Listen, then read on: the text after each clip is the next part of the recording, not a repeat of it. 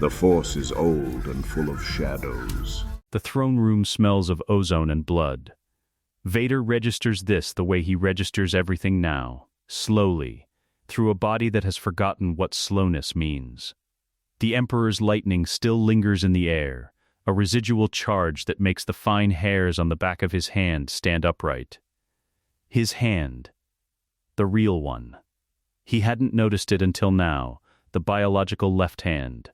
The one that ends at a wrist joint and continues into flesh, rather than durasteel couplings.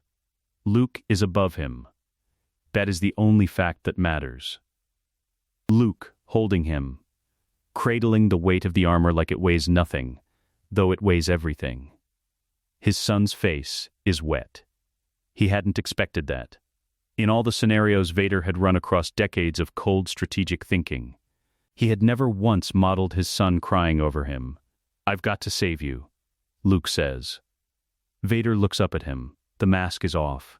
He can feel the recycled air of the Death Star on his actual face, actual skin, actual nerve endings translating actual sensation, and the strangeness of it is so profound that, for a moment, he cannot speak. "You already have," he tells his son. He means it as a comfort. He realizes, watching the light shift in Luke's eyes, that it lands as something else entirely. A goodbye. An acknowledgement of the arithmetic neither of them can argue with. He tries to hold on to the image. The blue eyes, the jaw that is Padmé's jaw, the stubborn set of the mouth that is entirely, unmistakably his own. The Force takes him before he can memorize it completely. Darkness, then cold. Then the sensation of breathing, real breathing, autonomous breathing, lungs expanding without a respirator's mechanical assist, and the shock of it is so physical, so immediate, that Anakin Skywalker sits upright in the dark and nearly falls off the bunk. He catches himself on the edge of the mattress. Both hands, both real, warm, 19-year-old hands, pressing flat against a surface that is unmistakably a Jedi temple cot. The specific texture of the woven cover, the particular density of the pillow, the faint antiseptic smell of the air recyclers that no other building in the galaxy quite replicates. He stays there for a long moment, breathing, in out in no click of a respirator. No lag between intention and action. Just his own ribcage, moving as it was designed to move, without anyone's permission. He raises his right hand in front of his face, flexes the fingers. The knuckles are smooth. Unscarred, he presses the palm against his own cheek, and the warmth on warmth is so unexpected that his eyes close against it, involuntarily, and something in his chest tears quietly open. He doesn't make a sound. This is important. The grief is immense. A structure, not an emotion, something load-bearing that he cannot let collapse here, and he has spent over 2 decades as Darth Vader learning to process catastrophic feeling without externalizing it, because to externalize it was to give Palpatine something to use. That discipline does not leave him. He sits in the dark of the Padawan quarters and lets the loss move through him like a tide through a breakwater, felt in full, survived in silence. Luke's face. Gone, Padmé, still somewhere in this city, alive, and he is not permitted to run to her. His children, not born yet, not even conceived, 2 lives that exist right now only as possibility, and it is the most terrifying and beautiful arithmetic he has ever calculated. He opens his eyes. The room assembles itself around him in the dim glow of Coruscant's endless skyline through the narrow window. Spartan, exactly as he remembers, the furniture of someone who was never expected to be here long enough to decorate. The lightsaber on the nightstand is his first one, the hilt narrower and lighter than anything he grew accustomed to in later years, and he picks it up with the careful regard he might give an antique weapon, which is precisely what it is. He sets it back down. The console on the desk is running its sleep cycle, its dim display showing the date in standard Republic notation, and he looks at it the way a soldier checks a map, not with confusion, but with grim reconnaissance. 22 years before the Battle of Yavin. 3 years before the Mustafar assignment, 22 years before the Death Star. He has time. Not enough, but time. He is already cataloging. The clone army exists. The chips are already in. Dooku is already at Sereno, already Sidious's instrument, already organizing the Separatist Council on Geonosis. Palpatine is in his office 7 kilometers away, looking exactly like a kind old man, and there is no one in this city who suspects him. No one except Anakin Skywalker, who spent over 2 decades rebuilding the man's galaxy for him, and who intends to spend exactly as long as necessary dismantling it. He stands. The body cooperates, young muscles, full joint articulation, a spine that doesn't ache at the base, and there is something faintly vertiginous about it, the ease of movement, like wearing clothes that don't fit quite right in a direction he hadn't anticipated. He is too light. He keeps waiting for the weight of armor that isn't there. He crosses to the window. Below, Coruscant is in its perpetual motion. Speeders in their lanes, light pollution painting the cloud layer amber and violet, a civilization of 1 trillion people who have no idea what is being built beneath their feet. The scale of Palpatine's plan is something he has never fully confronted as an abstract, because he lived through it as a participant. Seeing it from outside is different. It is almost incomprehensibly large. He doesn't let that feeling become paralysis. He has never been a man who mistakes the size of a problem for an argument against solving it. He is still standing at the window, running his 3rd mental simulation of the Camino access routes, when the knock comes. 3 times. Familiar cadence. The pause between the 2nd and 3rd knock, that specific rhythm, is something he knows without knowing he knows it, something written so deep in his nervous system that his body has already turned toward the door before his mind has fully processed it. He opens it. Obi-Wan Kenobi is standing in the corridor with 2 mugs of caf, and the expression of a man who was half expecting to find his Padawan still asleep, and has not prepared for an alternative. He looks older than Anakin remembers. He is also, at this precise moment, 35 years old and entirely in possession of his life, and the knowledge of everything that will be taken from this man. By the war, by the order, by the years on Tatooine, hits Anakin like a physical force that he absorbs without moving. Obi-Wan's brow furrows. You're awake. Anakin says nothing. He looks at his master, the beard slightly unkempt at the jawline, the familiar crease between his brows, the eyes that are warm and puzzled and completely devastatingly alive. And he does the only thing that makes any sense. He steps forward and puts his arms around him. Obi-Wan goes very still. The mugs of caf are held awkwardly at Anakin's shoulders. A long beat passes in which the corridor is quiet, and Obi-Wan does not speak, because there is nothing in his experience of this particular Padawan that has prepared him for this moment. Anakin, he says finally, carefully, the way one speaks to someone who may be unwell. Are you all right? Anakin releases him. Steps back. The mask is in place, composed, calm, the face of a man who has learned that composure is its own kind of armor. I had a dream, he says. I'm fine. Obi-Wan studies him with the particular thoroughness of a man who knows exactly how often this Padawan lies and how badly. He hands over one of the mugs. Anakin takes it. You don't look fine, Obi-Wan observes. I rarely look fine at this hour. He wraps both hands around the warm ceramic. What time is it? Early. We have a briefing with the council at 8. Obi-Wan pauses. You're certain nothing is wrong? Anakin meets his eyes, holds them for a count that goes 1 beat longer than comfortable. Nothing is wrong, Master, he says. Not anymore. Obi-Wan clearly doesn't believe him. He files this away with the careful patience of a man who has learned to pick his moments, nods once, and begins the walk toward the common room. Anakin follows.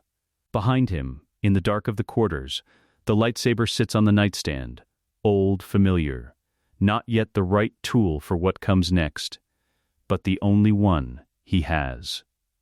He will begin with Camino. The war dies here, before it ever draws a breath. The hangar bay on level 7 of the Jedi Temple operates on a rotating security cycle. Anakin had mapped it inside the first hour of being awake. He requisitions a Delta 7 under a maintenance pretense, a logged request for a solo navigation calibration run, filed in his own name, at a time when Obi-Wan is in a council subcommittee meeting and therefore not positioned to ask questions.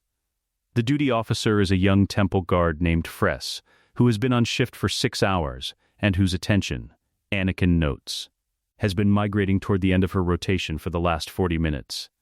He smiles at her, not the wide, artless smile of a 19-year-old, but something quieter, more precise, and touches the edge of her awareness with the lightest possible brush of Force suggestion. She waves him through without logging the departure destination. He doesn't enjoy it, but he has 3 years and a war's worth of work ahead of him, and he cannot afford a council inquiry before he has anything worth showing them. The jump to Kamino takes 11 hours. He spends them planning. Kamino at approach is a flat gray line between two varieties of dark, the black of space above, the black of storm-churned ocean below. No landmass. No lights except the towers of Tipoca City rising from the water on their engineered stilts, white and sterile against a sky that has apparently never considered stopping raining. He brings the Delta 7 down through cloud cover that hammers the hull with lateral wind shear and sets the fighter down on the landing platform with the mechanical precision of a man who has landed on considerably less forgiving surfaces. The rain hits him the instant the canopy opens. He is soaked to the collar by the time the welcome party arrives. Taun We moves with that particular Kaminoan fluidity, all elongated neck and folded grace, her pink skin barely registering the cold.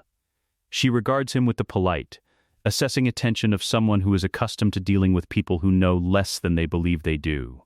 "We were not informed of an inspection," she says. Pleasant, precise, not a complaint, an observation, filed for the record. The Chancellor prefers unannounced reviews for contracts of this classification. Anakin keeps his voice level, administrative, stripped of anything a Kaminoan bureaucrat might find unusual. "I'm sure you understand." She does. Or she accepts it, which produces the same operational result. She leads him inside. Tipoca City hums. That is the first thing that registers. Not the scale of the facility, not the white corridors that extend in identical directions for kilometers in every direction, but the sound. A deep systemic vibration running through the floor and walls, the sound of thousands of growth cylinders in operation, of a civilization-scale project in its final production phase. Anakin walks beside Taun We and keeps his face neutral and counts the security checkpoints and maps the camera angles with the part of his mind that never fully stops doing threat assessment. Even here, even in a facility that believes he is their client. Lama Su receives him in a high-ceilinged meeting chamber with the quiet pride of an engineer presenting his finest work. He is exceptionally tall even by Kaminoan standards, his dark eyes carrying the particular serenity of someone who has not yet been told anything has gone wrong. "We are pleased to report the army is ahead of schedule," Lama Su says. "Approximately 200,000 units combat-ready, with additional cohorts and late-stage growth. The quality is consistent. The inhibitor systems have been integrated without complication. Show me the communication architecture," Anakin says. A beat. Lama Su tilts his head, a small movement, calibrated. That would be the behavioral modification infrastructure. It is standard for all Republic clone army contracts. I am not certain the Chancellor's office requires. The Chancellor requires a full audit of the command and control systems. Anakin holds Lama Su's gaze with the unhurried patience of a man who has delivered bad news to far more dangerous people than this, including the remote activation protocols. All of them. Lama Su considers this for 3 seconds. Then he nods, and Anakin files away the confirmation. They are proud of it. They built something elegant, and they want it appreciated. That pride will make them cooperative. He follows them deeper into the facility. The security junction is in sub-level 4, behind a biometric lock that Taun We opens with her palm. She is too professional to hesitate, which means she genuinely believes he has authorization. The room beyond is modest. 3 terminals. A central console housing the communications array that connects to inhibitor architecture across the entire army.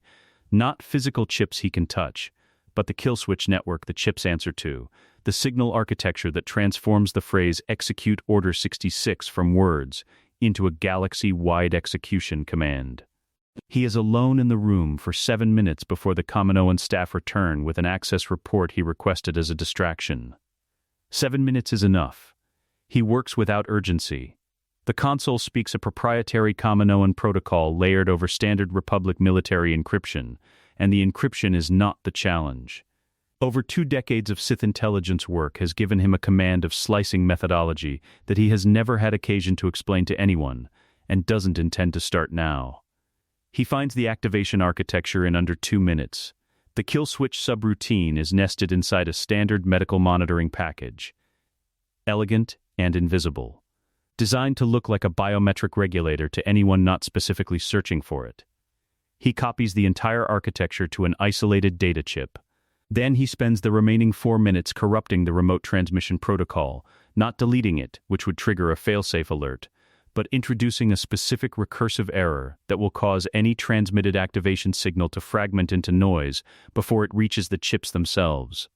The chips will still exist. They will still be seated in 200,000 skulls. But the trigger will have nothing to pull. He removes the data chip, returns the console to its logged state. When Tan Wei returns with the report, he is standing with his hands behind his back reading the room's technical specifications with apparent mild interest. Jango Fett finds him on the way back to the landing platform. This is not unexpected. Anakin had factored him into the operational timeline from the moment he landed. A man like Fett, living in this facility as both template and tenant, would have every corridor under informal surveillance. He would have heard about the unscheduled inspection inside the first hour. He steps out of a side corridor without announcing himself, which is the politest version of an ambush Anakin has encountered in some time. He is shorter than Anakin remembers from historical hollows. Compact, efficient, wearing civilian clothes, but carrying himself in the way men carry themselves.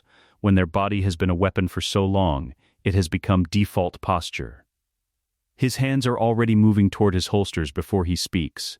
"You're not an auditor," Jango says. "No," Anakin agrees. Both blasters clear the holsters. They do not reach firing position. Anakin's hand moves once. A precise outward gesture, not dramatic, not theatrical, the motion of a man turning a page, and the Force takes the weapons with it. They leave Jango's hands cleanly, crossing the corridor in opposite directions, and embed themselves point first in the wall on either side of the passage, with 2 short, definitive sounds. Jango looks at his empty hands, then at the blasters, then at Anakin. He does not reach for his wrist rockets. Anakin notes this with something adjacent to respect. Fett is calculating, not reacting, which means he has already assessed the gap between them and arrived at an honest answer. "What did you take?" Jango asks. His voice carries no particular emotion. A professional inquiry. "Nothing that was yours. Everything in this facility is a Republic contract. The Republic is my client. Then the Republic thanks you for your cooperation." Anakin holds his gaze for a moment, then steps past him toward the landing platform. "Your son is a good kid, Fett. Make sure he knows it." He doesn't look back. The rain has intensified. The Delta 7 sits on the platform exactly where he left it, undisturbed, and he climbs in and begins the pre-flight sequence with the steady efficiency of someone moving through a rehearsed drill. As the repulsors engage and Tipoca City begins to shrink below him, he allows himself one precise thought about what he has just done. 200,000 men will not die on the orders of a dead emperor. They will not drop their weapons and turn on their generals in the middle of campaigns they believed in. They will live long enough to be given a choice that was stolen from them before they were born. It is not everything. There is still Dooku. There is still Palpatine. There is still a war being staged in the dark like a theatrical production, and every piece of it requires dismantling. But the chips are dead. He points the fighter toward Coruscant and jumps. The Senate landing platform on the Coruscant government district sits 40 stories above street level, open to the sky on 3 sides. And at mid-morning it catches the full force of the upper atmosphere wind that scours the district clean of the lower city's haze. It is cold up here in a way that feels deliberate. The kind of cold that reminds you the planet beneath your feet is entirely artificial, that the warmth is engineered, and the wind is the only honest thing left. Anakin arrives early. He positions himself near the interior archway, out of the wind, and waits. He has been assigned to Senator Amidala's protection detail through a request he made directly to the Council liaison, politely, specifically, with reasons that sounded procedural. Obi-Wan had looked at him with the particular expression he reserved for moments when Anakin's behavior fell outside every established pattern, and he hadn't yet decided what category to file it under. He had approved the assignment anyway, because the reasons were procedurally sound and because there was nothing in the request itself to object to. Anakin had not told him why he wanted it. He is not ready to explain that yet. The transport descends through the cloud layer right on schedule, a sleek diplomatic cruiser, Naboo royal configuration, the chrome hull catching the pale morning light. It settles onto the platform with hydraulic precision and the boarding ramp extends, and the security detail comes first. 4 royal handmaidens in travel clothes fanning out across the platform with the practiced efficiency of people who have survived assassination attempts and intend to keep surviving them. Then Padmé Amidala walks down the ramp. She is 24 years old. She is wearing a burgundy travel coat with the collar turned up against the wind, and her hair is pulled back practically. No ceremony. No crown. She is a senator arriving for a vote, not a queen arriving for a reception. She is talking to one of her aides before her foot touches the platform, already working, already 3 moves into whatever she is building today. Anakin does not move. He has run this moment in his head across 11 hours of hyperspace, and he knows, with the tactical certainty of a man who has learned to account for every variable, that he is not ready for it. The knowledge doesn't help. His chest has done something structural, a shift, like load-bearing weight redistributing, and his hands, at his sides, are very still. She is alive. That is the fact that contains all other facts. She is alive, and she is 24, and her eyes, when they find him across the platform, are the same eyes that closed for the last time, on a medical table in a facility orbiting Polis Massa while he was burning on a volcanic riverbank and could do nothing. Nothing, nothing. He breathes in. He breathes out. She crosses the platform toward him with the directness of someone who has never learned to approach anything obliquely, and he steps forward to meet her, and he bows, properly, formally, the correct Jedi greeting for a senator, because the formality is not distance, it is structure, and he needs structure right now the way a man on a high ledge needs a railing. "Senator Amidala," he says, "I've been assigned to your detail for the duration of your stay on Coruscant." She looks at him with those eyes. "You're Anakin Skywalker," she says. Not a question. "Yes, Obi-Wan's Padawan." Yes, she studies him for a moment with the frank appraisal of someone who has been briefed on a situation and is now measuring the briefing against the reality. Whatever she was briefed, he does not match it. He can see this landing on her face in real time. A small recalibration, the mental adjustment of a politician who has encountered someone who isn't behaving according to profile. "I was told you were." She stops. Chooses a different word. "Younger. I am 19, he says. "I know how old you are." She tilts her head slightly. "You just don't seem it." He holds her gaze and says nothing, because there is nothing to say that wouldn't require an explanation he cannot give her on a landing platform in the wind. And she seems to understand this without being told. Because she nods once. A senator's nod. A motion that acknowledges and files and moves on, and turns toward the waiting speeder. He falls into step behind her. In the correct position, at the correct distance, every inch of him doing exactly what the assignment requires. The evening finds them on the balcony of her senatorial apartment, because she works from every surface available to her, and the balcony has a view of the district that her aide has told her twice is a security exposure, and that she has overruled twice with the calm authority of someone who has assessed the risk herself and arrived at a different conclusion. He stands at the balcony's edge. She sits at the small table with a data pad she has been annotating for 40 minutes, and the city spreads below them in its evening configuration. 10,000 levels of light, the Senate dome lit amber against the darkening sky, a civilization at the height of its power with no idea what is being prepared inside it. "You don't talk much," she says, without looking up from the datapad. "I talk when I have something to say." She looks up at that. A beat. That's not what I was led to expect. What were you led to expect?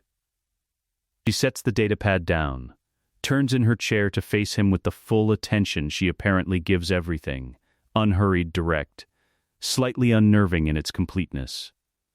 Someone eager. Obi-Wan's apprentice has a reputation. Brilliant, impulsive, opinionated, the youngest person to do several things that hadn't been done before. She pauses. You're not at all what I expected. He looks at her. The city hums 40 stories below. No, he says. I don't suppose I am. You keep looking at me, she says, like you know me. The sentence lands with more precision than she intends. He lets 2 seconds pass before he answers. You have a public record, Senator. You were Queen of Naboo at 14. You negotiated the liberation of your planet from a Trade Federation blockade. You resigned the throne when your term ended and ran for Senate instead, because you thought you could do more from Coruscant than from a palace. He pauses. I read thoroughly. She is quiet for a moment. That's all public information. Yes, that's not what I meant. I know. Another silence. The wind off the upper atmosphere moves through the balcony, and she pulls the burgundy coat tighter, and he does not offer to go inside, because she hasn't moved, and he has learned, across more years than he is allowed to reference, that Padmé Amidala does not retreat from discomfort unless she decides to. You treat me like an equal, she says finally. Not an accusation, not a compliment. An observation, precisely stated. Most Jedi either defer completely, all that careful neutrality, or they don't listen. You're different. You listen and you push back, and she stops. I've known you for 6 hours. 7, he says. She almost smiles. It crosses her face, and is contained before it fully forms, the way she contains most things, but he has had decades of practice reading that face in every register it has, and he sees it clearly. What do you think of the Military Creation Act? She asks. The shift is deliberate. She is testing whether he follows her onto political ground or retreats to Jedi neutrality. He considers her across the small distance of the balcony. I think it gives one-man emergency military authority over a republic that has functioned without a standing army for 1,000 years, he says. I think the crisis justifying it is being manufactured. And I think you already know both of those things, which is why you're voting against it. She is very still. That's not a neutral position. No, Jedi are supposed to be neutral on political matters. I'm not speaking as a Jedi. The words arrive between them and stay there. She looks at him for a long moment. Really looks, the way she does when she is not performing consideration but actually performing it, and then she picks up her datapad again, but she doesn't return to the annotations. Who are you? She says, quietly, not hostile, genuinely asking. He looks out at the city, at the Senate dome burning amber in the dark, at the 10,000 levels of light that will still be burning, in some form, long after every person alive tonight is gone. Someone who knows how this ends, he says, if we let it. She doesn't answer. But she doesn't dismiss it either, and when he glances sideways he finds her watching the city with an expression he recognizes, the particular focus of someone recalibrating around new information, adjusting the shape of a problem they thought they understood. Below them, Coruscant breathes. Above them, the stars are invisible behind the light pollution. Hidden, but present. He makes himself no promises tonight. He made enough promises in another life, and learned what they cost. But standing here, with her alive and the city spread below and 3 years of work ahead of him, he allows himself the simple fact of her presence, and holds it carefully, and does not ask it to be more than what it is. It is enough. For now, it is enough. Sereno from orbit is all dark continent and silver coastline, a planet that looks exactly like what it is, the ancestral seat of old money and older title, where the architecture has been built to last centuries, and the people who commission it intend to match that timeline. The estate of House Dooku sits in the highlands above the capital, a Gothic complex of towers and enclosed courtyards that manages to be both imposing and precise, every line of it suggesting a mind that finds disorder personally offensive. Anakin sets the ship down in a clearing 3 kilometers from the estate perimeter, and walks the rest. He does not announce himself.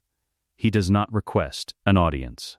He moves through the highland forest in the late afternoon light with the unhurried patience of a man on a schedule only he can see, and when the estate's outer sensor grid registers his approach, and it does, he can feel the automated systems orienting toward him through the Force.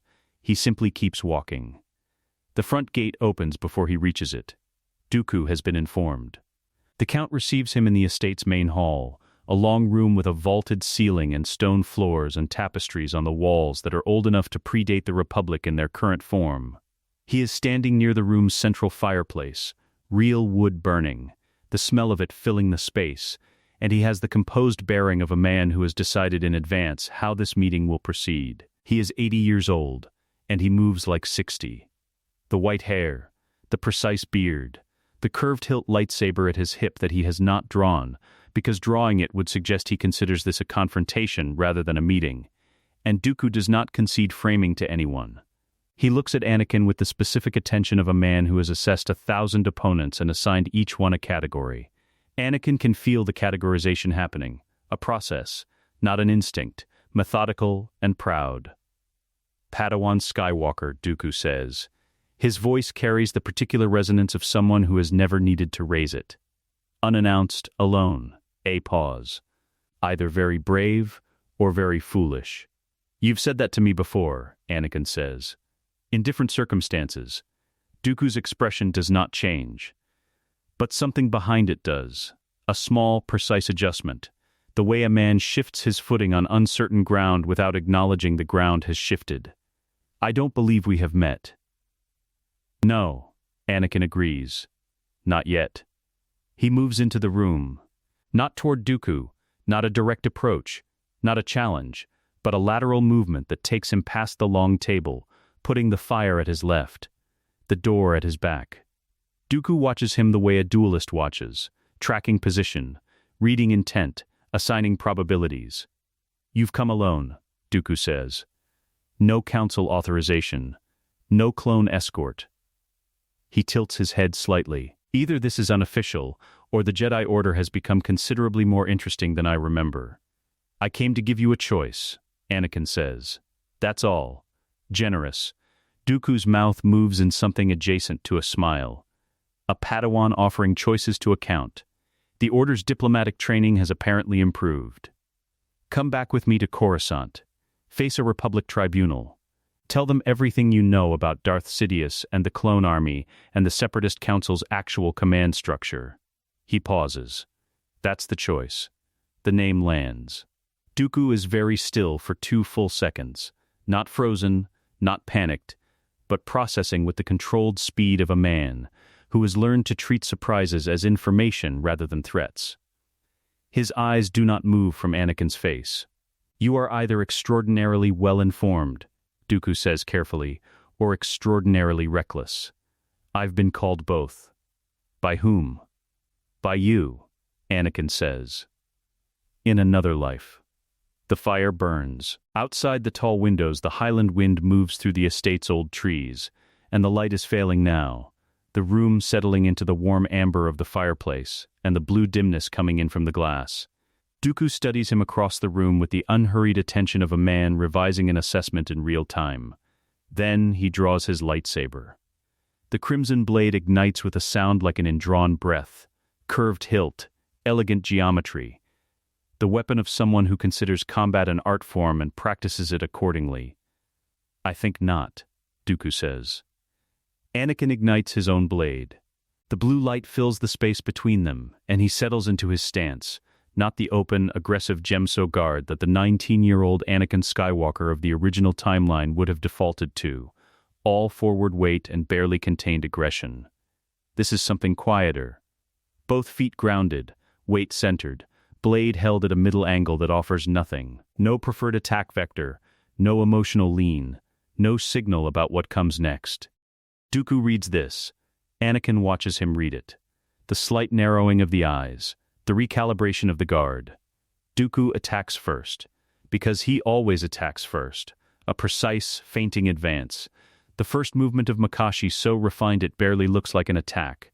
just a shift in weight, a redirection of energy. A suggestion that the distance between them has changed. Most opponents respond to this by committing to a counter that Dooku isn't actually in position for yet. The response becomes the opening.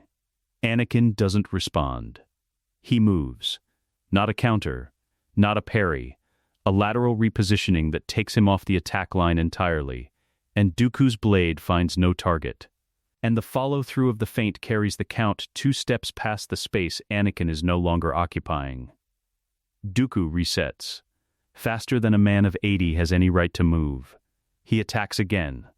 A real attack this time, 3 movements, compressed and layered, each one designed to force a choice, because Makashi is fundamentally an art of forcing choices and punishing whichever one the opponent makes. He is very good at this. He has spent decades being very good at this. Anakin makes no choice. He is not there for any of them. The pattern repeats. Dooku advances, precise and lethal. The blade-weaving combinations that have ended more duels than Anakin can count. And Anakin yields ground without retreating, moves without telegraphing, deflects the 2 contacts he cannot avoid with the flat efficiency of a man conserving everything. No wasted motion. No wasted energy. No anger rising to give Dooku a foothold. 4 minutes in, Dooku breaks the pattern. He commits, fully, a real overextension, because he has been unable to find an opening, and he is calculating that forcing a decisive exchange is preferable to continuing to search for one that isn't there. Anakin steps inside the commit. 1 movement. His blade redirects Dooku's in a tight arc that uses the Count's own forward momentum against him. The classic gem-so answer to an overextended Makashi advance, and his elbow catches Dooku's guard hand at the wrist. The curved lightsaber leaves Dooku's grip. It crosses the room in a slow arc, deactivating as it goes, and clatters against the stone floor 8 meters away. Anakin's blade rests at Dooku's throat. Neither of them is breathing hard. The Count looks at the blade. Then, at Anakin. His expression has shed everything performative, the aristocratic composure, the deliberate condescension, and what remains underneath is the face of a man encountering something he cannot fully classify. "Who taught you to fight like that?" he says. The question is quiet, stripped of affect. Anakin holds the blade steady. "You did," he says. "In another life." Dooku is silent for a long moment. The fire behind them has burned lower. The room is mostly blue now, the lightsabers glow, the failing light through the windows, the darkness coming in from the highland dark outside. "You're not a Padawan," Dooku says. Not an accusation. A conclusion. "I was. For a long time." Anakin extinguishes the blade. Steps back. The offer stands. Count, tribunal, testimony, everything you know about Sidious. The clone army, the separatist council. He meets the old man's eyes. "You were a Jedi once. You believed in something." Dooku straightens. The pride reasserts itself. Old, structural, not a choice but a fact of his construction. "And if I refuse again?" he asks. "I'll carry you," Anakin says simply. Something crosses Dooku's face at that. Not quite amusement, not quite respect. Something between them that doesn't have a clean name, but that Anakin recognizes as the expression of a man who has encountered an argument he cannot find an answer to. He says nothing for a long time. Then, with the particular deliberateness of a man who intends to control whatever narrative remains available to him, Count Dooku clasps his hands behind his back and inclines his head. "I will require my personal transport," he says. "It'll be waiting," Anakin says. They walk out of the hall together, through the door and into the cold Highland evening, and above them Sereno's sky is deep with stars, and somewhere in the dark between those stars a plan that has run for decades without a single obstacle is encountering. For the first time. Something it was never designed to account for. The executive office of the Supreme Chancellor occupies the uppermost habitable floor of the Republic Executive Building, a space designed by its architect to communicate permanence, high ceilings, curved transparent steel overlooking the Senate dome, furniture selected for gravitas rather than comfort. It is a room that tells visitors they are in the presence of something larger than any individual, that the authority here is institutional, ancient, impersonal. Palpatine has always found this useful. He sits behind the desk at the hour before midnight, which is the hour he prefers for thinking, when the building staff have thinned to skeleton rotation, and the ambient noise of a functioning government has dropped to something manageable. A single lamp burns on the desk. The Senate dome glows amber through the transparent steel behind him, and the city beyond it spreads in every direction without horizon, and he regards none of it. He is reading a report. He has read it 4 times. The Camino situation arrived on his desk 9 hours ago, flagged by the facility's security liaison under a standing protocol that routes any anomalous access event to his office directly, bypassing the standard Senate intelligence chain. This protocol exists because Palpatine established it 3 years ago. At the same time he established the Camino contract itself, and he established it because a project of this scale and secrecy cannot survive institutional oversight. The report is precise and deeply unsatisfying. An unidentified Jedi accessed the Clone Army's Central Command architecture through the facility's administrative terminal network. Access duration, 7 minutes. Activation protocols, compromised. Remote signal architecture, corrupted. The Kaminoan security team's assessment, presented with the careful neutrality of people who are professionally embarrassed, is that the corruption was surgical. Not destructive. Not the work of someone trying to sabotage the army itself, but of someone who understood exactly what they were looking for, and took only what served their specific purpose. He sets the report down, picks it up again, reads the access duration figure, 1 more time. 7 minutes. He has employed some of the finest slicers in the galaxy. The fastest, under ideal conditions with prepared tools, would have needed 40. He reaches out. This is not a metaphor. It is a precise technical act. A force-sensitive consciousness, extending its awareness through the currents that connect living things, reading the texture of the world the way a hand reads the surface of water. He has been doing this for decades. He is very good at it. Dooku is not there. He extends further, searches the specific signature he has known for 15 years. The cool, deliberate presence of his apprentice. Always composed, always controlled, always positioned at the far edge of awareness like a weather system on a distant horizon. Nothing, a gap. Not death. He would feel death, but absence. The particular quality of a force sensitive whose attention is entirely occupied by something that is blocking him from the broader current. Or someone.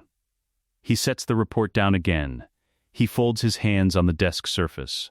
The lamp throws soft shadows across his face and he sits in them without moving, and for the duration of 3 full minutes the Supreme Chancellor of the Galactic Republic is simply still. Then, he begins to think. The Military Creation Act is losing momentum. He has been monitoring this for 6 days, watching the vote count shift in the Senate with the specific attention of a man who arranged the numbers and is watching them be rearranged. Senator Amidala is at the center of it. He expected this. She was always going to oppose the bill. This was factored in from the beginning. Her opposition is actually useful in certain configurations because it allows the bill's supporters to frame the debate as idealism against pragmatism. What he did not factor in is the quality of argument being deployed against the bill in the last 72 hours. It is precise. It is technically specific. It uses classified budget figures that should not be accessible to a senator's office and structural arguments about command chain accountability that are not the arguments of a politician's speechwriter. They are the arguments of someone who understands military command architecture from the inside. He pulls this thread. He pulls the Camino thread. He pulls the Dooku thread. They converge. He does not reach a conclusion. He reaches a shape, an outline, a probability distribution, the sense of a single directing intelligence operating across multiple theaters simultaneously with a coherence that no improvised response to events could produce. Someone planned this. Someone who knew what to look for on Camino, who knew where Dooku could be found, who understood the relationship between the Clone Army's command architecture and the Military Creation Act's political trajectory well enough to attack both in the same 72-hour window. He reaches out through the Force again. Not for Dooku this time. He searches for the shape of the intelligence itself, some residue, some texture, some echo in the current. He finds something. It is enormous. That is the first thing. An immensity of force presence that should not belong to any living person he is not already aware of. A signature like deep water, like pressure at depth. Nothing turbulent on the surface, but something vast moving underneath. He follows it carefully, with the practiced delicacy of a man who has spent his life reading force signatures without being detected doing so. And then something extraordinary happens.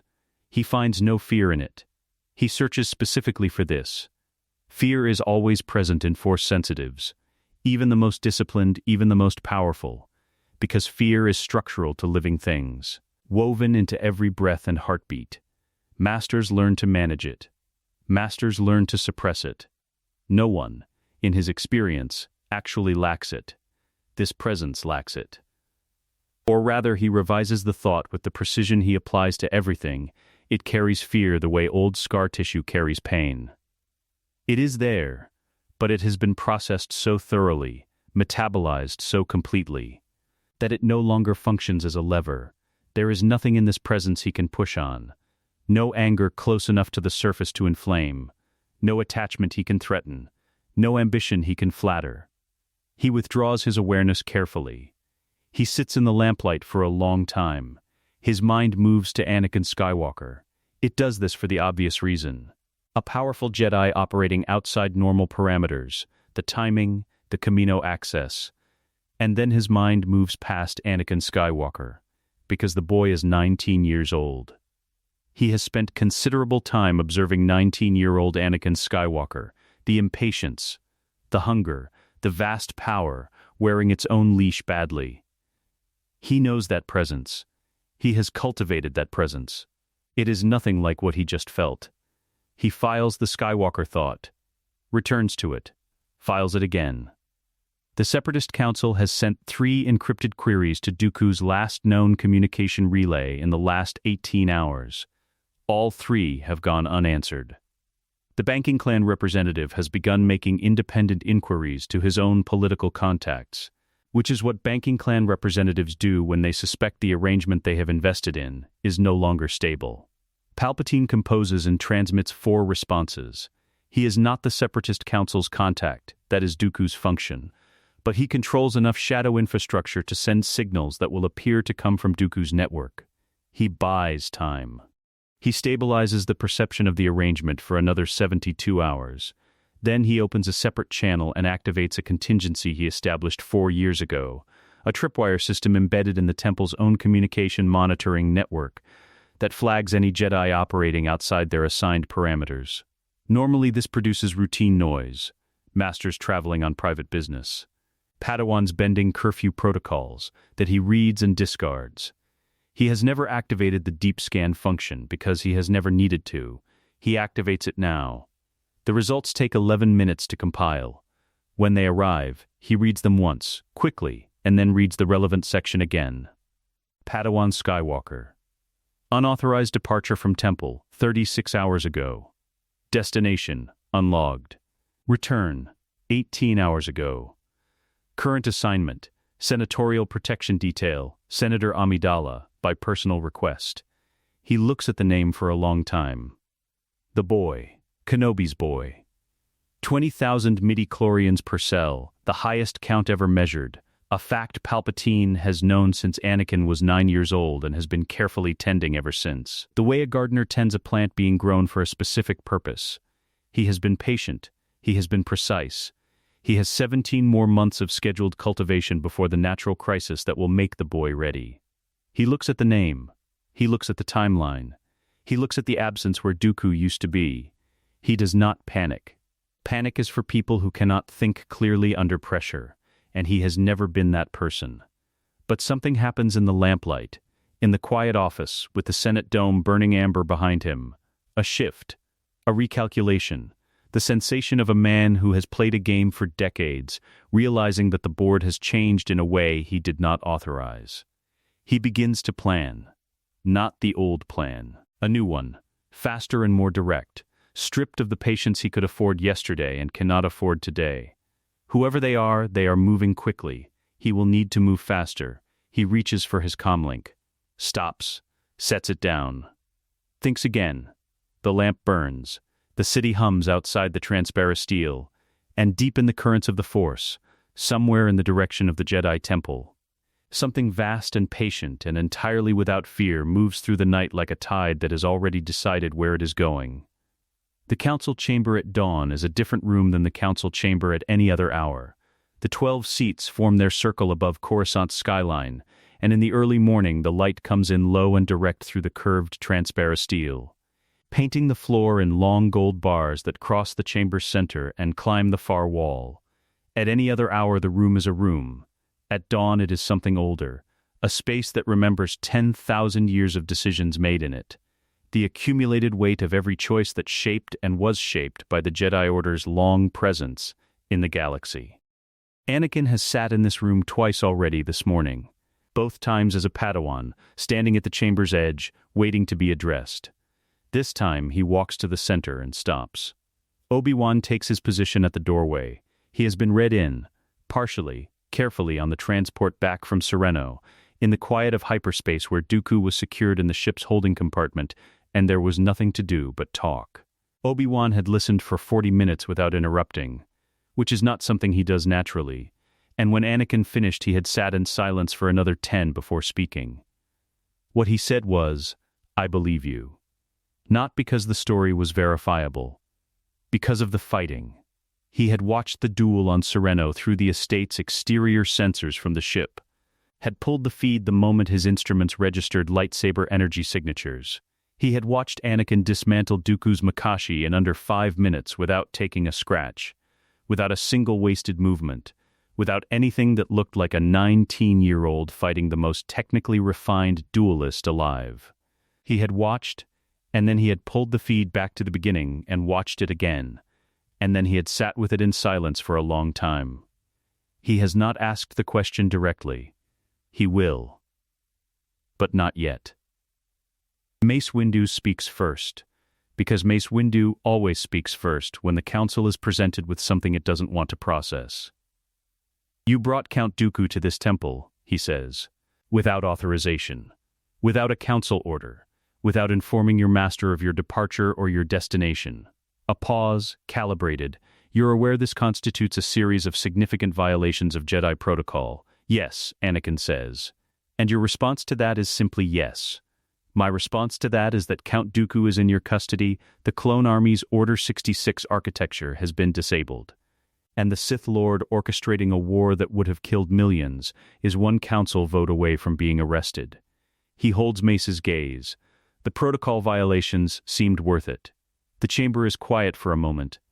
Ki-Adi-Mundi shifts in his seat.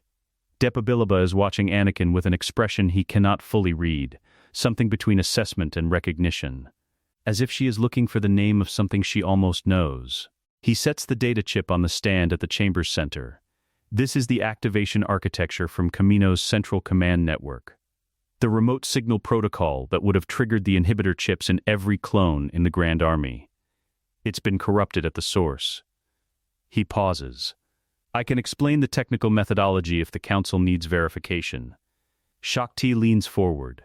She has been still until now, her Togrutan mantrals absorbing the room's frequencies with the particular sensitivity of her species, and whatever she has been hearing in the undertones of this conversation has brought her to the edge of her seat. "You disabled this alone? In 7 minutes? 6.5. She looks at him for a moment. Then she sits back. Mace picks up the data chip, turns it in his fingers. "And Dooku. You took him without lethal force. He's in the holding block. He'll talk. He wants to. That's the part people miss about Dooku. He believes he was right. He'll want the record to reflect the full shape of what Palpatine built, because he needs someone to understand that he didn't fail, that he was betrayed by a plan larger than the one he agreed to. He lets this settle. Use that. You speak as if you know him," Plo Koon observes. Quiet, not accusatory. "I know his type," Anakin says. Yoda has not spoken. He sits in his chair at the circle's far point, small and very still, his eyes half closed in that way that is not inattention but its opposite. the posture of someone who is listening to the frequencies beneath the audible. He has been this way since Anakin entered the chamber, and Anakin has been aware of it the entire time.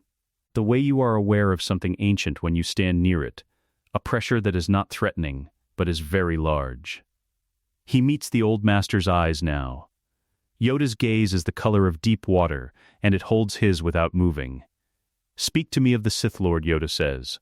"Name him, you have not." The chamber goes still in a specific way. Not surprise. They have been building toward this, but the stillness of people who are about to hear something that will change the shape of everything, and who know it. Anakin looks at Yoda for a moment. Then at Mace. Then he looks around the circle, at each face in turn. Shak Ti, Plo Koon, Ki-Adi Mundi, Depa Billaba, Coleman Trebor, Agan Kolar, the full council.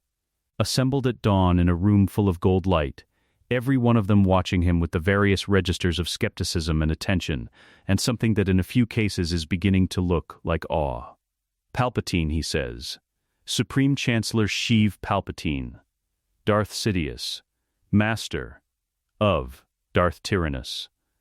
Architect of the Clone Army, the Separatist Movement, and the Military Creation Act." He pauses. He has been operating inside this republic's government for decades. His mastery of the dark side exceeds any Sith in recorded history. He is the most dangerous being alive, and he has been sitting 9 kilometers from this temple the entire time. The name in this room, the silence it creates, is very clean. Mace is the one who breaks it. That is an extraordinary accusation. "I have Dooku's testimony. I have the Camino architecture. I have the financial records connecting the Separatist Council's command funding to a series of shell accounts that trace back to Senate budget allocations under emergency discretionary authority." He reaches into his robe and produces a second data chip. All of it documented. All of it verifiable. He sets the chip beside the first. "I'm not asking you to take my word for it." Another silence. "Longer," Ki-Adi Mundi says, carefully. "How did you obtain financial records of this classification?" "I had help," Anakin says. He does not say whose. Padm's name stays out of this room, because this room has a direct communication protocol with the Chancellor's office, and he does not yet know which channels are clean. Mace sets down the first data chip, picks up the second. "If this is accurate," it is, "then the Republic has been governed by a Sith Lord for, at minimum 30 years, Anakin says. Possibly longer. The gold light has shifted as the sun climbs. The long bars across the floor have shortened, steepened, the room moving through its morning geometry. Someone, Shak Ti, releases a long, slow breath. Yoda speaks again. His voice, always quiet, seems to take up more space than it should in the acoustics of the chamber. "Known to you, how is all of this?" he asks. Anakin looks at him. He has prepared for this question. He has prepared several answers. He looks at Yoda's ancient eyes, the weight in them, the particular intelligence that has survived 1,000 years of the galaxy's worst and best, and he discards every prepared answer and tells the truth without its specifics. "I have seen what happens if no one stops him," he says. "I won't see it again." Yoda holds his gaze for a long time. The chamber is very quiet. Something moves in the old master's expression. Not surprise. Yoda does not surprise easily, and what crosses his face is subtler than that. It is recognition. Not of the specific truth, he does not know the specific truth, but of the shape of it. The scale of loss that produces that kind of sentence. The kind of knowing that cannot come from study or briefing or intelligence reports, but only from living something at full cost. His ears lower slightly. Just slightly. A grief acknowledged. "Enough," Yoda says. The word carries more weight than its single syllable suggests. He looks around the circle. "Verify the evidence. We will. Sufficient it already appears." His gaze returns to Anakin. "Detained Dooku is, the architecture secured, done what no council order authorized, and yet," he pauses, "saved, the Republic may be, by the breaking of our rules." Mace looks at Yoda for a moment, then at Anakin. His expression is not warm. Mace Windu's expression is rarely warm, but something in it has shifted from resistance to a more complex and reluctant assessment. "We'll need a strike team," Mace says. "Senior masters only. If Palpatine is what you say he is, he's more," Anakin says. "Then, we move carefully, legally, with evidence in hand and a warrant from the Senate Judicial." "There's no time for a warrant," Anakin says. He already knows something has changed. He'll be planning. Every hour gives him more options and takes them from us. The council looks at each other. The specific look of 12 people who have operated by consensus for so long that moving without it feels like stepping off a ledge. Mace turns back to Anakin. Something in his bearing concedes the point. Not the man, not the protocol, but the arithmetic. He can read arithmetic. "Then we vote," Mace says. They do. It is not close. The strike team assembles in the temple's lower hangar at the second hour past noon. Mace selects 4. Himself, Aegon Kolar. Saci Tien. Kit Fisto. He announces the roster in the council chamber with the clipped efficiency of someone who has already done the calculation and does not intend to revisit it. And when Anakin steps forward without being asked, Mace looks at him for a long, assessing moment. "You're a Padawan," Mace says. "I'm the reason you know where to go," Anakin says. Another moment. Mace nods once, the way a man nods when the argument is sound and he dislikes it. "Vanguard, you don't engage unless I authorize it." Understood. It is not a lie.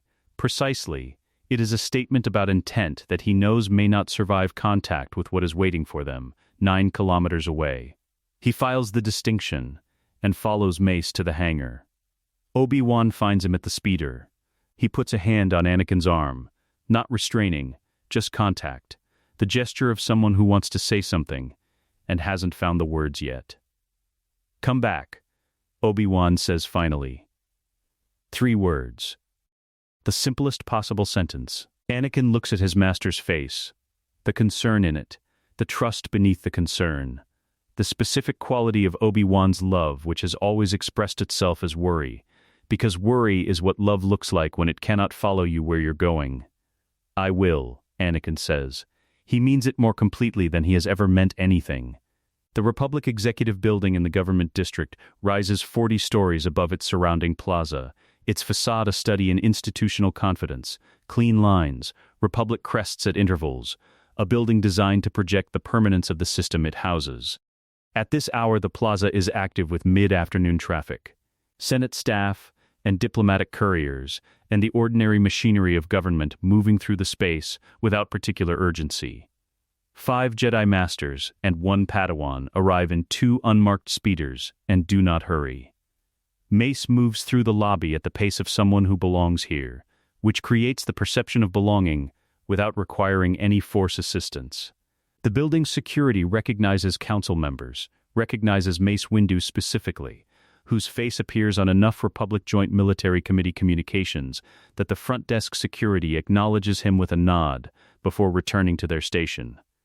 They take the turbolift. Anakin stands at Mace's left and watches the floor counter climb and does not look at his own hands. He has been in this building before. The original timeline version of this moment, the day Mace came for Palpatine and Anakin followed and made the wrong choice, has replayed in his memory so many times across decades that it has worn grooves, that the specific quality of the grief and shame attached to it is not sharp anymore but constant, background, like tinnitus, a sound you learn to function around without ever learning to not hear. He is not going to make the wrong choice today. He knows this, with the same certainty he knows his own name. The floor counter reaches 40. Palpatine is alone. This is the first thing Anakin registers when the turbolift opens onto the executive floor. Not through sight. Not yet, but through the Force, which shows him the room beyond the corridor as a thermal map of presence. One signature. Stationary, behind the office's main doors, seated, waiting. He knew they were coming. Anakin touches Mace's arm without breaking stride. He's expecting us. Mace doesn't slow. How long has he known? long enough to decide not to run. He considers this for 2 steps. He thinks he can still talk his way out of it. Can he? Not from this council. They move down the corridor. The executive floor has its own aesthetic, quieter than the lobby, the carpeting absorbing footsteps, the lighting calibrated for the specific atmosphere of power exercised in comfort. Mahogany panel doors at intervals, aids stations, unmanned at this hour, the late afternoon light coming through the corridor's end window in long, almost horizontal bars. The Chancellor's main doors are at the corridor's terminus. Tall, dark wood with Republic seals in bronze at eye level, the seals worn slightly from decades of hands on them, from every dignitary and senator and diplomat who has passed through them, believing they were meeting a public servant. Mace stops in front of them. The strike team fans into position, Kolar and Teen flanking left, Fisto right. Anakin holds the center behind Mace, exactly where he said he would be. The doors open before Mace raises his hand to knock. Palpatine is behind his desk. The office is as Anakin remembers it, enormous. The curved transparent steel of the far wall showing the Senate dome and the city beyond it in the late afternoon light. The desk positioned so that whoever sits behind it has that view at their back, so that every visitor approaches them with the Republic literally looming over the conversation. It is a room built as an argument, and the argument is that the man behind the desk is indistinguishable from the system he represents. He looks exactly like a kind old man. That is the precise, deliberate, continuously maintained performance of a person who has never once, in public, looked like anything else. He looks at the 6 of them in the doorway. His expression does not change. "Master Windu," he says. "I was wondering when you would come." "Chancellor," Mace steps into the office. "The team follows. You'll need to come with us." Palpatine's eyes move past Mace to Anakin. They hold there for a moment, 1 breath, 2, and in that moment something passes between them that is entirely invisible to everyone else in the room. Not surprise. Palpatine has not been surprised, Anakin suspects, in decades. What crosses his face is something closer to the expression of a man looking at a calculation he performed incorrectly and finding the error at last. He looks at Anakin the way you look at something you underestimated, with the specific attention of a mind that does not make that mistake twice. Then he looks back at Mace. "On what grounds?" he asks pleasantly. Mace places the warrant chip on the desk's edge. Conspiracy to commit genocide. Funding of a terrorist military organization. Manipulation of Republic electoral and legislative processes. Unauthorized commissioning of a military force under false authority. He pauses. And the practice of the Sith arts within Republic jurisdiction. The last item lands differently than the others. Not because it surprises Palpatine, nothing surprises him, but because it is the one that tells him exactly how much they know, and Anakin watches him process the scope of that. Watches the internal recalculation happen behind eyes that show nothing. "Those are," Palpatine says carefully, "extraordinary claims." "We have Dooku's testimony," Mace says. "We have the Camino records. We have 30 years of financial architecture." A pause. "We have enough." Palpatine is quiet for a moment. His hands are folded on the desk surface. Relaxed. The posture of a man in his own environment conducting a meeting on his own terms. He looks at Mace. He looks at Kolar and Teen and Fisto, positioned between him and the doors. He looks at Anakin again. And in the looking, something shifts. The kindly performance does not drop dramatically. It does not fall away in a single moment. It simply thins. The warmth in the eyes recedes like a tide going out. And what the tide leaves behind is something that has always been there, underneath, patient and cold and vast. "You've done well, my boy," Palpatine says. He is looking at Anakin when he says it. Only at Anakin. "I always knew you were special," he continues. His voice has lost something, a layer, a quality, the specific texture of grandfatherly solicitude that has always been its outermost surface. What remains is still controlled, still precise, but it no longer performs warmth. It no longer needs to. "I simply did not expect you to become this, quite so soon." A pause. "Whoever you are now." Anakin says nothing. "Stand," Mace says. Palpatine looks at him for a long moment. Then, he stands.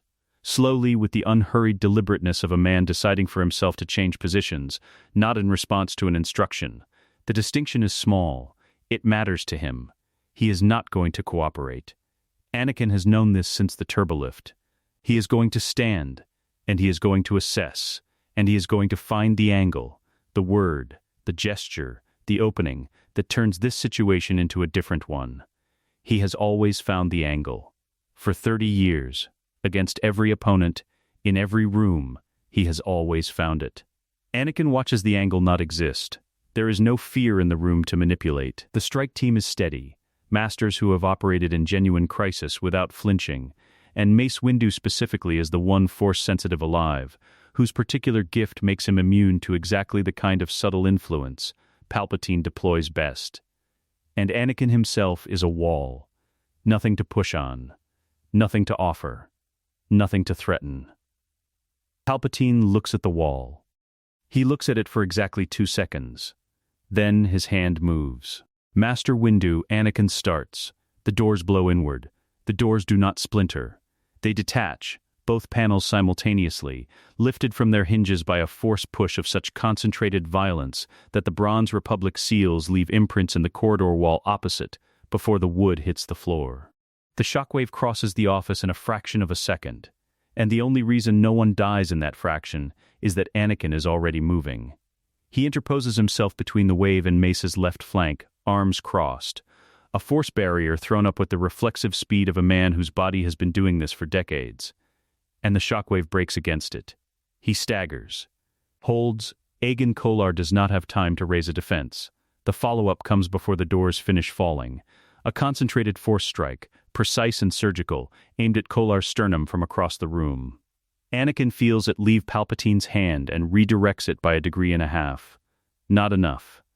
Kolar takes it in the shoulder instead of the chest. And the impact throws him through the corridor doorframe and into the wall beyond. And he does not get up. 1 second. That is how long it has taken. Mace has his lightsaber out.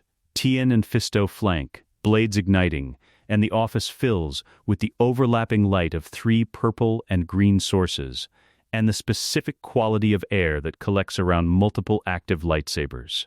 An electric charge, the smell of ionized atmosphere, a density that wasn't there before. Palpatine does not draw a weapon.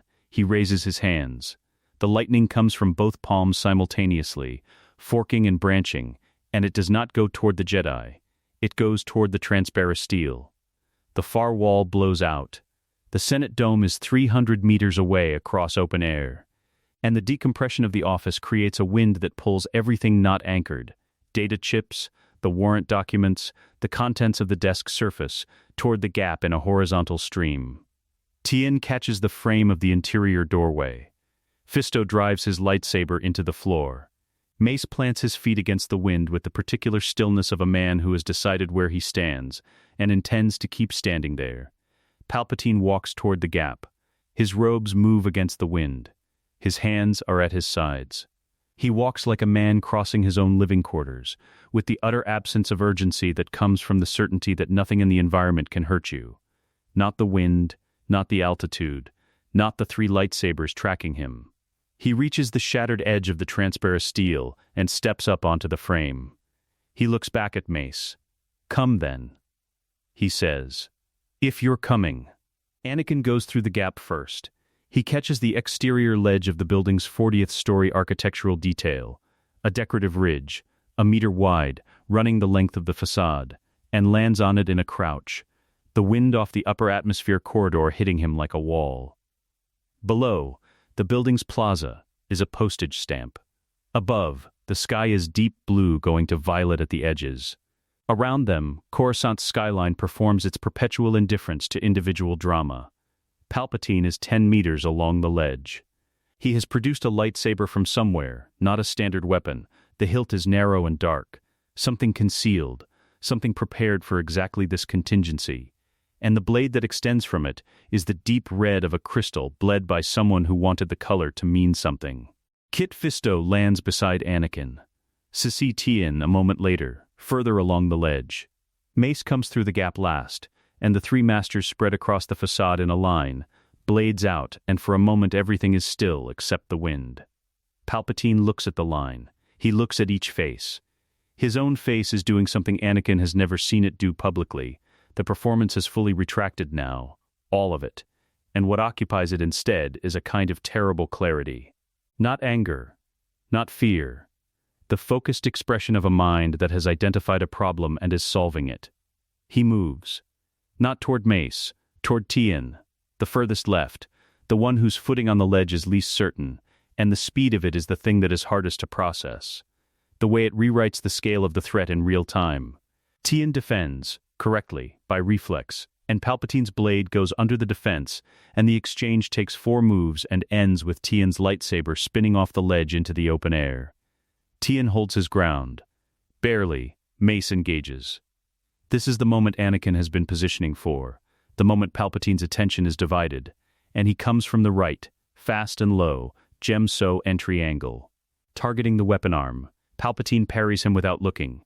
Left hand, the hilt reversed, catching Anakin's blade in a bind that requires a precise reading of exactly where the attack was coming from before it arrived. He knew. He read it through the Force before Anakin committed. Anakin breaks the bind, resets, comes again from a different vector. Parried again. The counter that follows opens a diagonal across his left forearm. Not deep, not disabling, but real. And the pain is precise and immediate, and he uses it as information rather than distraction. Palpatine is faster than he was in the throne room. Faster than the Sith Lord Anakin served for 2 decades, should be in a body this old. He is not limited by the body.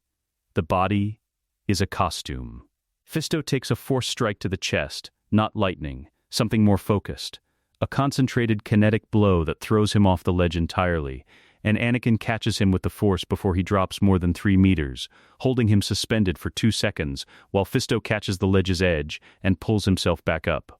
2 seconds in which Anakin is not engaging Palpatine, and Palpatine uses them to drive Tien to the wall and plant a hand on his throat and push.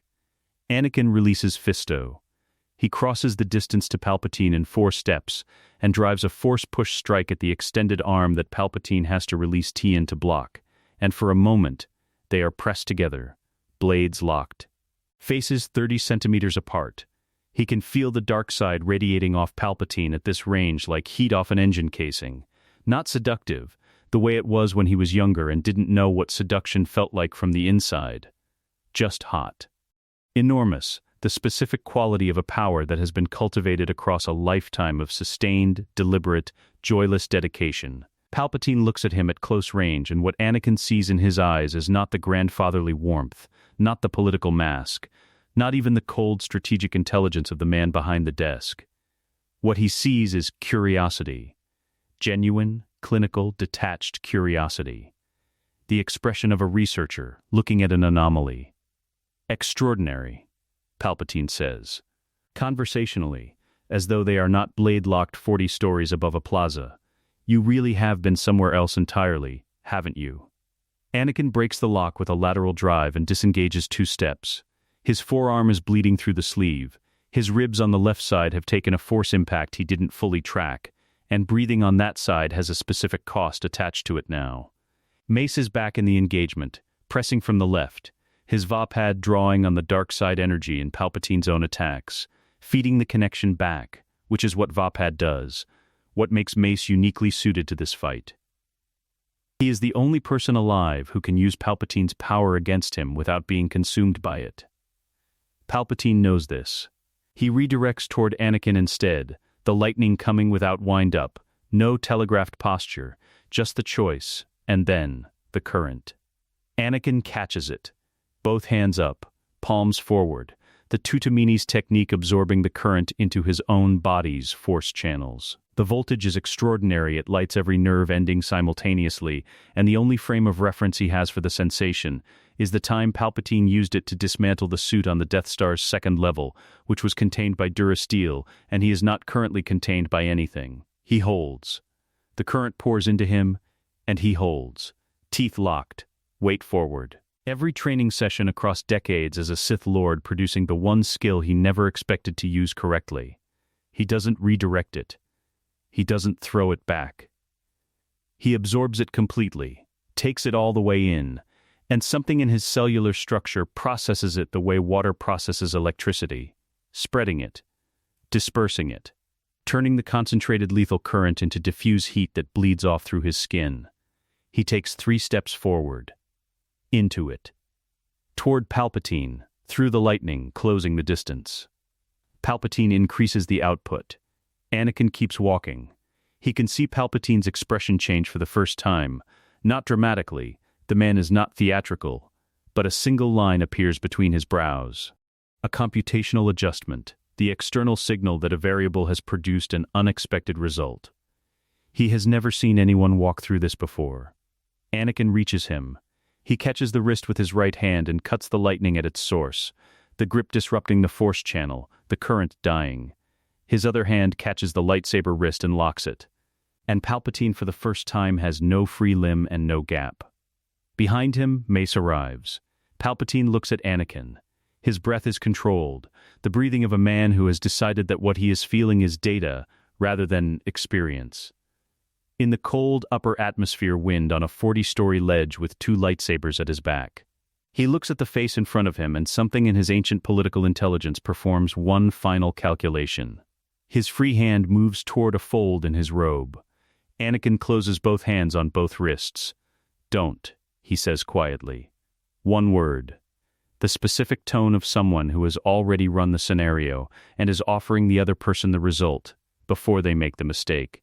Palpatine goes still. He is cornered. He is physically restrained. Mace's blade is at his throat, and Tien and Fisto have recovered their positions, and the wind moves through the Chancellor's gray hair, and the city stretches in every direction beneath them, and there is nowhere to go that isn't a 40-story drop. He looks at Anakin for a long time. Something passes through his eyes, complex, layered, the expression of a mind too sophisticated to pretend it hasn't lost, processing the specific texture of a defeat it did not anticipate. He chooses escalation. His head drops back, his mouth opens, and before Anakin can fully register the decision, the Force lightning comes not from his hands, but from everywhere. A full body release. Uncontrolled. A dying star in miniature, arcing in every direction at once. Anakin releases him and turns. He puts himself between the discharge and the 3 masters behind him and opens his hands. He breathes in. He takes all of it. The lightning lasts 11 seconds. He counts them. Not deliberately. His mind is not engaged in deliberate action during those 11 seconds. It is engaged in the singular act of remaining standing, but the counting happens anyway, the way breathing happens, the way the heart beats, because some functions are below the level of choice. 1. The current enters through his palms and forearms and the pain is immediate and total. A full-body sensation that has no analog in ordinary experience. Not burning, not impact.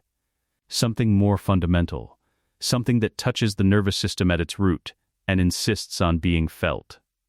2. He keeps his feet. This is the only objective. Weight forward, knees soft.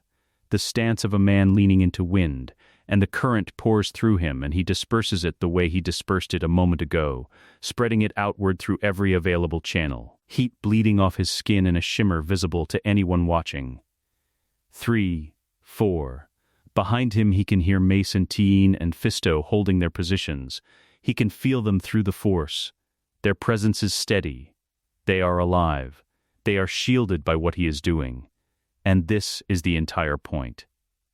5, 6. Palpatine increases the output. The escalation is a choice, a calculation. If he cannot stop one person from absorbing the current, he can overwhelm that person's capacity by increasing what he is sending. The logic is sound. The conclusion it is working toward is Anakin's death. 7. The conclusion does not arrive. He is deep enough in the Force now that the distinction between himself and the current is becoming unclear. Not dissolution, not loss of self, but a permeability. The sense of a channel open wide enough that the current moves through him the way a river moves through stone, wearing it, but not immediately destroying it. 8, 9. Palpatine's output is at its maximum. He can tell by the quality of the current. It has reached its ceiling. There is no reserve left to draw on. And what is pouring through Anakin's hands is everything the most powerful Sith Lord alive has to give. 10. It is not enough. 11. The current stops. Anakin opens his eyes. He does not remember closing them. His hands are still raised, still open, the dispersal posture held by muscle memory rather than conscious instruction. His forearms are smoking faintly where the current entered, not burning, just heat.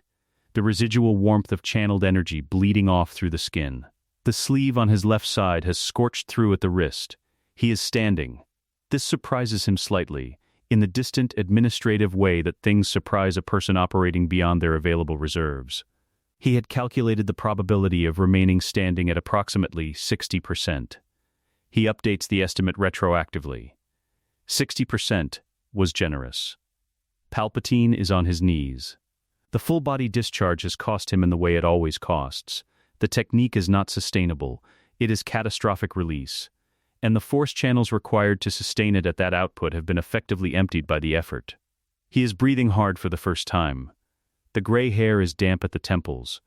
His hands are on the ledge surface, and they are shaking. And the sight of those hands shaking is more disorienting than anything else Anakin has witnessed in the last 8 minutes, because those hands have not shaken in 30 years of witnessed history. Mace is at his right, Kit Fisto at his left, Saesee Tiin behind him.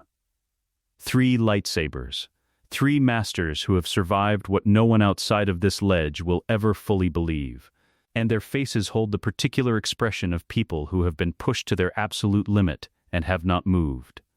Palpatine looks up. He looks at the blades. He looks at Mace. He looks, last and longest, at Anakin, and the eyes in that ancient face perform their final adjustment, from calculation to something that has no political utility at all. Something he has not allowed himself in decades. Recognition of the end. He breathes in. Straightens, not fully. The emptied channels won't support full posture, but enough, the instinct toward dignity surviving everything else. You were extraordinary, he says. To Anakin. Only to Anakin. Whatever you are. Anakin lowers his hands. The heat in his forearms is fading. His left side still carries the cost of the earlier impact, and will carry it for some time. He looks at Palpatine for a moment. At the face he has looked at in one form or another for the entirety of his adult life. The face of the man who found a 9-year-old boy on Tatooine, and saw in him an instrument, and spent 30 years engineering the precise conditions that would convert a child's hope into a weapons compliance, and succeeded, and built an empire on the success, and ruled it for 2 decades on the foundation of what that conversion had cost.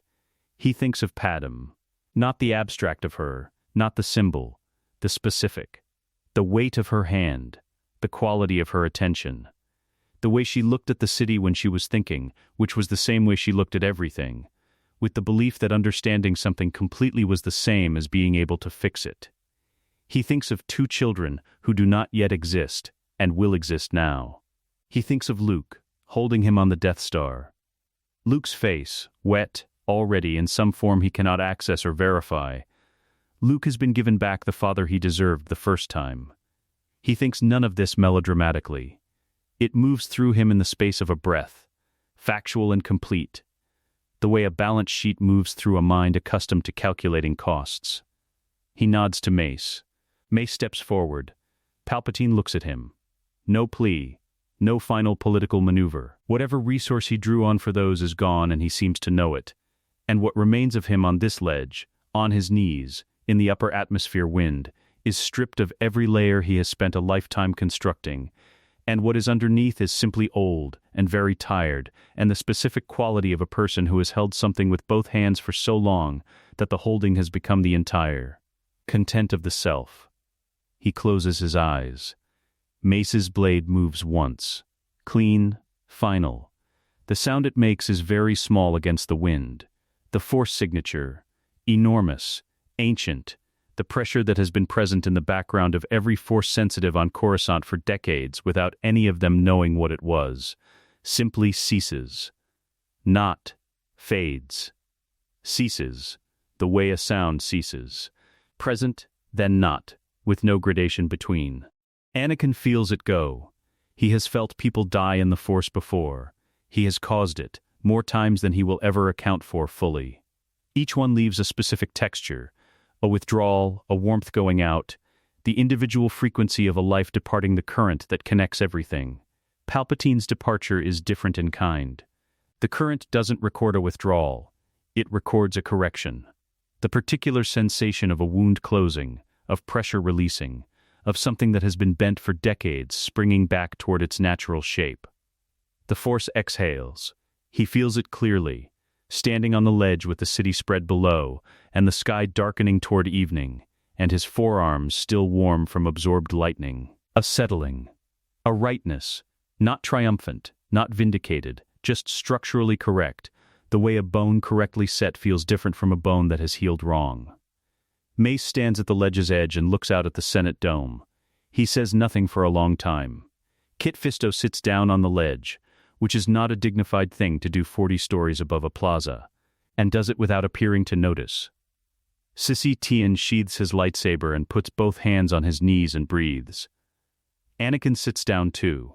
The ledge is cold, the decorative ridge is not wide and it is not comfortable, and it is 40 stories above the plaza, and he sits on it anyway, because his legs have made a decision he sees no reason to overrule. He sits with his back against the building's facade and his scorched forearms resting on his knees, and he looks out at Coruscant in the failing afternoon light. The city does not know. Below them, the plaza is conducting its ordinary business. Speeders in their lanes, pedestrians in their routes, the machinery of a civilization continuing its operation. No one on the street looked up. No one saw. The most important thing that has ever happened in this city happened on a ledge at the 40th floor with an audience of 4 and a wind that carried the sound away. This is fine. This is correct. He has no interest in spectacle. Mace turns from the edge. He looks at Anakin on the ledge surface, scorched and bleeding and sitting against the wall. And his expression does the thing that Mace Windu's expression very rarely does. It softens. Just slightly. In the way of a man who has witnessed something that has permanently reorganized his sense of what is possible. "Can you stand?" Mace asks. Anakin considers this honestly. "In a minute." Mace nods. He sits down beside him. 2 Jedi on a ledge 40 stories up in the Coruscant evening, the Senate dome amber behind them, the city spreading in every direction without horizon. "Who were you?" Mace asks. Quiet, not demanding. The question of someone who has decided he wants the truth when the other person is ready to give it. Anakin looks out at the city. At the light on the dome. At the streams of speeder traffic moving through their lanes. Uncountable. Each one a person going somewhere. Each one a life that is going to be different now, in ways they will never be able to trace back to a ledge on the 40th floor of a building on an afternoon, in what would have been the last year of the Republic's peace. Someone who made every possible mistake, he says, and got one more chance to not. Mace absorbs this. He looks out at the city. "The Force works strangely," he says finally. "Yes," Anakin agrees. "It does." The evening comes in. The Senate dome deepens from amber to gold. Somewhere in the city, in a senatorial apartment with a balcony and a view, Padmé Amidala is working late and does not yet know that the shape of the world changed this afternoon. Somewhere in the temple, Obi-Wan is waiting. Anakin will stand up in a minute. He will make the calls that need to be made, deliver the news that needs delivering, begin the long, unglamorous work of what comes after. In a minute. For now he sits on the ledge and breathes. Both lungs, no mechanical assist, and watches the city's lights come on one by one as the dark arrives, and lets the fact of being alive and here, and finished, truly finished, for the first time in a life that has lasted longer than anyone knows, settle into him like a tide coming in. 3 months pass. The galaxy does not heal quickly. It heals the way bone heals, slowly, from the inside, the repair invisible until the day it is simply complete. The structure restored without ceremony or announcement. Anakin watches this process from close proximity and at a distance simultaneously, which is the specific vantage point of a man who has removed himself from the center of events and is learning, for the first time, what it feels like to not be the instrument of history. It feels like rest. Unfamiliar, structurally strange, and deeply correct. The Senate proceedings take 6 weeks. Dooku testifies for 4 of them. He does this with the particular thoroughness of a man who has decided that if he is going to be understood correctly by history, history will need everything. The full architecture of Palpatine's plan, the 30 years of careful construction, the specific mechanisms by which a Sith Lord embedded himself in a Republic's executive function without anyone looking at the right angle to see it. He is precise. He is organized. He does not spare himself. Padmé manages the hearing committee's proceedings with the focused attention she gives everything, and on the 4th day of testimony she sends Anakin a brief message that says only, "He's telling the truth. All of it. I can tell." And then, after a pause the message trail records as 11 minutes, "You knew he would." He did. Dooku's final gift to himself, the only form of redemption available to a man who helped design a trap that caught an entire civilization, is the complete record. He will not be remembered as naive. He will be remembered as the man who dismantled what he helped build, which is the most honest accounting of what he actually did. The Senate votes on his fate in the 6th week. The outcome is not death. It is something harder, a supervised confinement on Sereno, stripped of political title, required to cooperate with the ongoing dismantling of the Separatist Council's infrastructure. He will live out his remaining years in the estate where Anakin disarmed him, in the room with the fireplace, with full awareness of exactly what his cooperation cost the plan he served, and what it preserved. Anakin considers this outcome for a long time. He does not have a cleaner one to offer. He accepts it. The Separatist Council fractures in the 1st week, before the Senate proceedings have even formally begun. Without Palpatine's shadow infrastructure maintaining the financial architecture, without Dooku's military coordination, without the manufactured crisis of an imminent war to justify emergency alignment, the Council's component parts discover that they were never genuinely unified. They were individually managed. Each faction believing it had a private arrangement more advantageous than the others, each one now discovering the private arrangement does not exist. Padmé's diplomatic initiative moves into this fracture with the precision of someone who has been preparing for exactly this opening since the night on the balcony when Anakin told her the war was manufactured. She spends 3 weeks in back-channel communication with 6 separatist system representatives and produces, at the end of it, a framework for renegotiated Republic membership terms that addresses the actual grievances, trade regulation inequities, core world political overrepresentation, Senate procedural structures that systematically disadvantage Outer Rim systems, that Palpatine had correctly identified as real and deliberately exploited rather than resolved. The Military Creation Act fails its final vote by a margin that makes the result feel inevitable in retrospect, which is what good political work always looks like from the outside. She tells Anakin about the vote result from the Coruscant apartment balcony, in the same chairs. At the same hour they first sat there. The city is doing its evening configuration below them. She has a glass of something warm, and she is not looking at him when she speaks, which is how she delivers news she finds significant, facing forward, toward the thing, not at the person she's telling. "It's done," she says. "I know," he says. "I watched the feed." She looks at him then. "You could have been in the chamber. You didn't need me in the chamber." A pause. She looks back at the city. "No," she says. "I didn't." And then, "Thank you." He doesn't answer immediately. The thanks is for more than the vote, and they both know it, and neither of them says so, because the full accounting of what he prevented is something that only he can see completely. And it is not a story he will ever tell in full, and she has already understood this without being told. "Padmé," he says.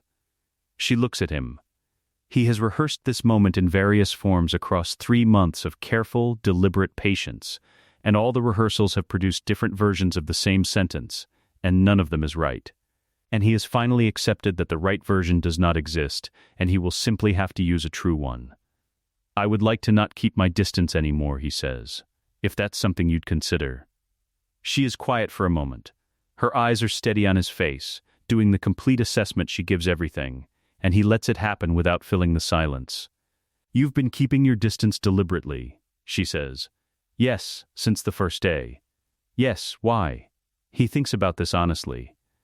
Because I know what it cost both of us, the last time to love each other badly. In secret. With fear driving most of the decisions. He holds her gaze. I didn't want to begin the same way. She absorbs this. The city hums below.